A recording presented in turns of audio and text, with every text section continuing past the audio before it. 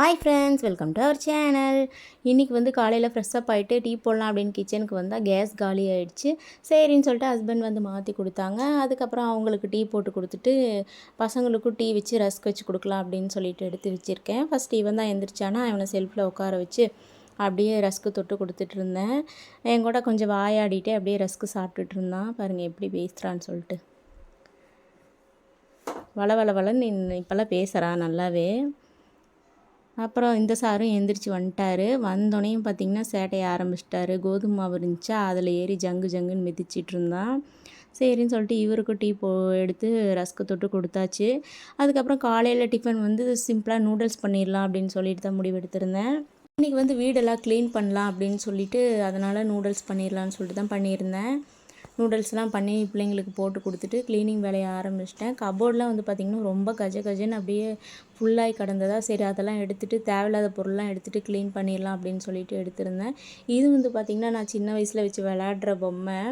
இந்த மாதிரி பொம்மை தான் அப்போல்லாம் இருக்குமா, இது தான் வச்சு விளையாடிட்டுருப்பேன். இது வந்து கையெல்லாம் உடஞ்சி போச்சு. அப்போயும் எடுத்து பத்திரமா வச்சுருந்தேன். இப்போ செல்ஃபு க்ளீன் பண்ணும்போது கிடச்சிது. அதை எடுத்து பார்த்துட்ருந்தேன். என் பிள்ளைங்கள்ட்டலாம் சொல்லிகிட்டு இருந்தேன், நான் விளையாடின பொம்மை அப்படின்னு சொல்லிட்டு.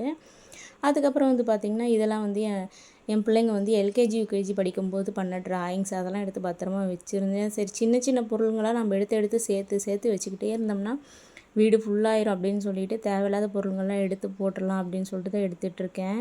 கபோர்டெலாம் க்ளீன் பண்ணிகிட்டு இருந்தேன். அப்புறம் வந்து பார்த்திங்கன்னா இது வந்து நான் படிக்கும்போது ஒரு கேம்ஸில் வந்து வின் பண்ணி வாங்கின கப்பு. அதை எடுத்து பார்த்துட்டு இருந்தேன். அந்த சைடெலாம் உடஞ்சி போச்சு. அப்புறம் சின்ன கிஃப்ட்ஸ் எல்லாம் இருந்தது, எல்லாத்தையுமே எடுத்து க்ளீன் பண்ணி வச்சேன். நம்ம ஏதாவது க்ளீன் பண்ணும்போது தான் நம்ம ரொம்ப நாளாக தேடிட்டு இருந்த பொருள் கிடைக்கும். அப்படி தான் இந்த மார்க்கரும் கிடைச்சது. ரொம்ப நாளாக தேடிட்டே இருந்தேன். பார்த்திங்கன்னா இந்த செல்ஃபில் தான் வச்சுருந்தேன். சரின்னு சொல்லிட்டு எடுத்தாச்சு. கபோர்டெலாம் அடுக்கி முடிச்சுட்டு அதுக்கப்புறம் வந்து பார்த்திங்கன்னா கிச்சனுக்கு வந்தாச்சு. கிச்சன்லாம் வந்து பார்த்திங்கன்னா அந்த செல்ஃப்லாம் வந்து தேவையில்லாதெல்லாம் எடுத்துகிட்டு நீட் பண்ணிடலாம் அப்படின்னு சொல்லிட்டு எல்லாமே எடுத்தாச்சு. வந்து பார்த்திங்கன்னா எவ்வளோ கஜன்னு இருக்குது பாருங்கள்.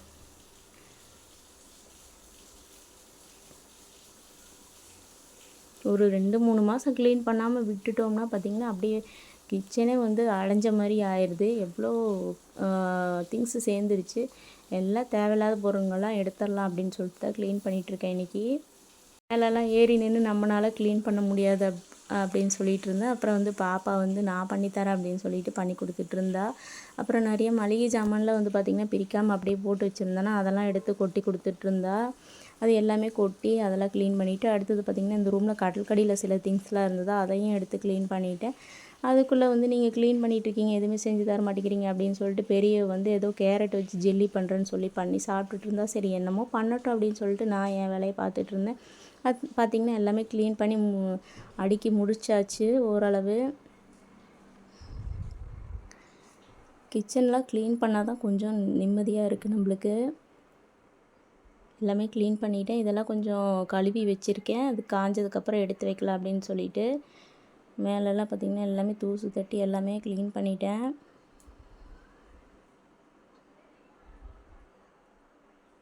எல்லாமே அடுக்கியும் வச்சாச்சு.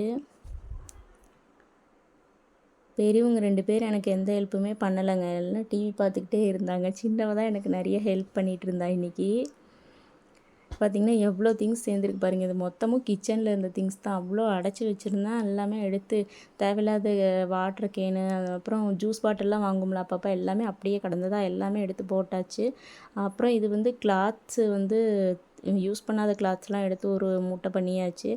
அப்புறம் அட்டை பாக்ஸ் எல்லாமே எடுத்து வச்சுருக்கேன். யாராவது போனாங்கன்னா அவங்கள்ட்ட போட்டுடலாம் அப்படின்னு சொல்லிட்டு. அப்புறம் டயர்ட் ஆகிடுச்சிங்க. ரொம்ப வேலை செஞ்சு நைட் ஆகிடுச்சா. மணி 10 ஆயிடுச்சு. நான் சமைக்கவே இல்லை. அதுக்கப்புறம் ஹஸ்பண்ட் வந்து பிரியாணி தான் ஆர்டர் பண்ணியிருந்தாங்க. அந்த டைமுக்கு வந்து எம்டி பிரியாணி தான் கிடச்சிது. சரின்னு சொல்லிட்டு அதையே ஆர்டர் பண்ணிட்டாங்க. சூப்பராக சாப்பிட்டுட்டு தூங்கியாச்சு. இந்த வீடியோ இவ்வளோ தான் ஃப்ரெண்ட்ஸ். வீடியோ பிடிச்சிருந்தா லைக் போடுங்க.